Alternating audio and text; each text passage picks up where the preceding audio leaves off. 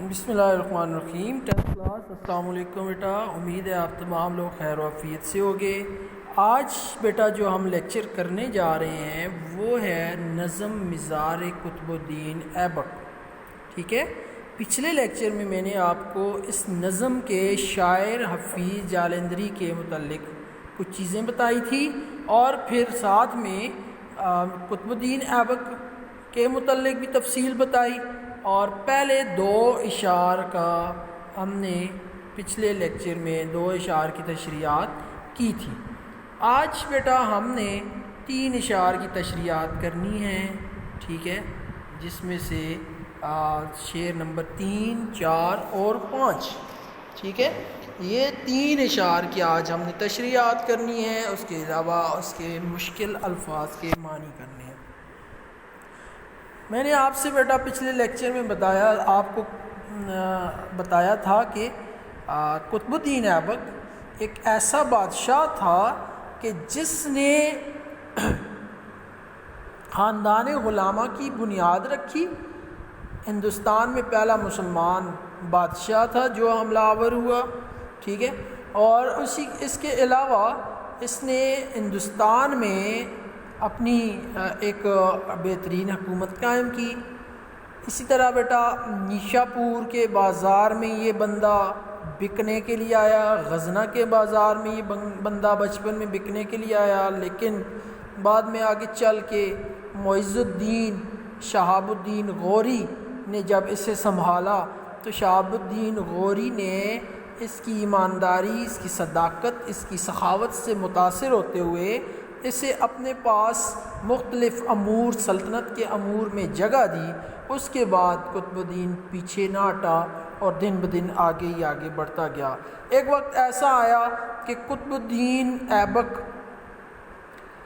معز الدین غوری کے بعد سلطنت کا بادشاہ بنا، اور اس نے دہلی کی سلطنت پہ اپنا تخت جمایا، ٹھیک ہے۔ تو یہ ایک ایسا بادشاہ تھا کہ جس کے خوف سے، جس کی بازوؤں کی طاقت سے، جس کی تلوار سے، خوفناک تلوار سے بڑے بڑے وہ لشکر جو اپنے آپ کو آسمان کی طرح سمجھتے تھے، بے پایا، بے تحاشا، وسیع سمجھتے تھے، وہ لشکر بھی قطب الدین ایبک کے سامنے جب لڑنے کے لیے آتے تھے تو خوف کھاتے تھے، ڈرتے تھے، کانپتے تھے۔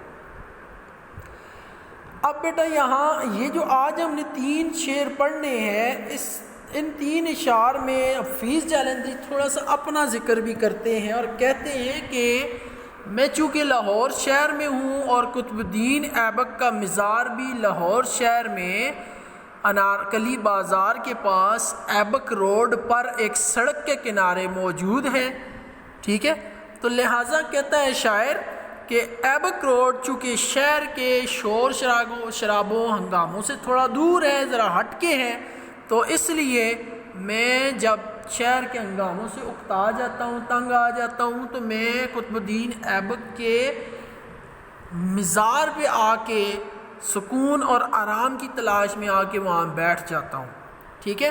تو یہاں اب ہم جو 3 اشعار آج پڑھیں گے، اس میں قطب الدین ایبک کے مزار پر شاعر حفیظ جالندری کا بیٹھنا یہ بیان کیا جاتا ہے، ٹھیک ہے۔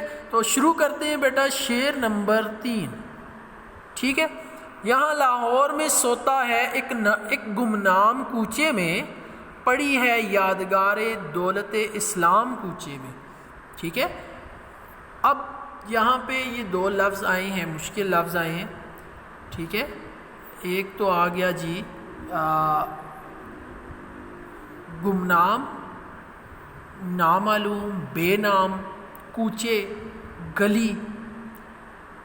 یادگار دولت اسلام سے مراد اسلام کی یادگار دولت یعنی قطب الدین ایبک، یا قطب الدین ایبک کو اسلام کی ایک یادگار دولت قرار دیا جا رہا ہے، ٹھیک ہے بیٹا جی۔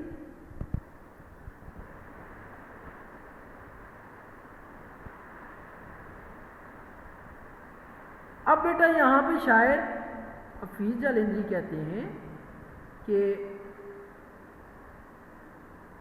یہاں ہمارے پاکستان کے شہر لاہور میں ایک گمنام کوچہ، ایک گمنام گلی جس کا نام ہے ایبک روڈ، اس ایبک روڈ پہ ایک عظیم بادشاہ، خاندان غلامہ کا بانی، ایسا بادشاہ جس سے آسمانوں کی طرح طاقت رکھنے والے وسیع لشکر ڈرتے تھے، ہمارے ملک کے شہر لاہور کی ایک گمنام سی سڑک، گمنام سے کوچے میں اسلام کی یہ بے تحاشا اور عظیم دولت پڑی ہے، یعنی کہ قطب الدین ایبک ہمارے ملک کے ایک شہر لاہور کی ایک سڑک ایبک روڈ پر اس کا مزار ہے، اور وہ گمنام ہے جسے بہت سے لوگ جانتے ہی نہیں ہیں، جس سے لوگ واقف ہی نہیں ہیں،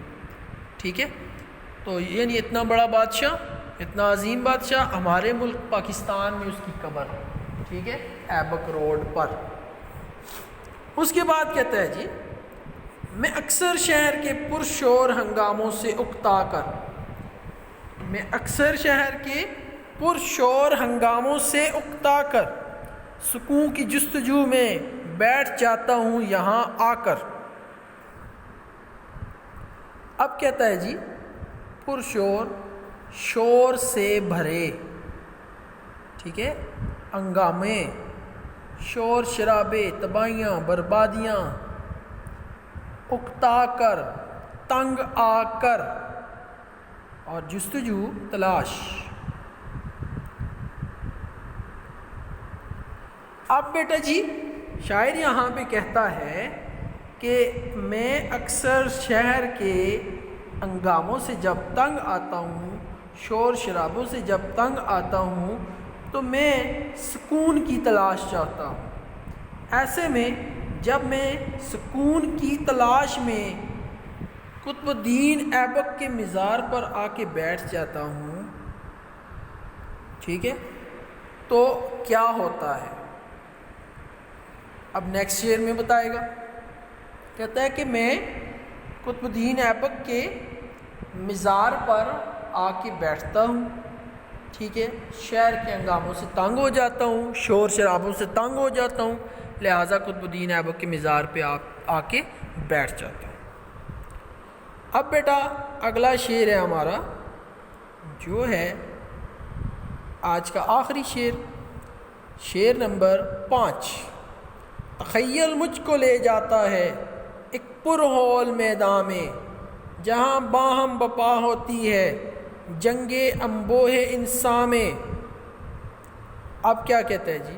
تخیل، خیال، ٹھیک ہے، سوچ، پرہول میدان، وسیع خوفناک میدان، باہم آپس میں بپا ہوتی ہے، لڑی جاتی ہے، جنگ انبوہ انسان، انسانوں کی جنگ یا انسانوں کے لشکر کے درمیان جنگ، ٹھیک ہے۔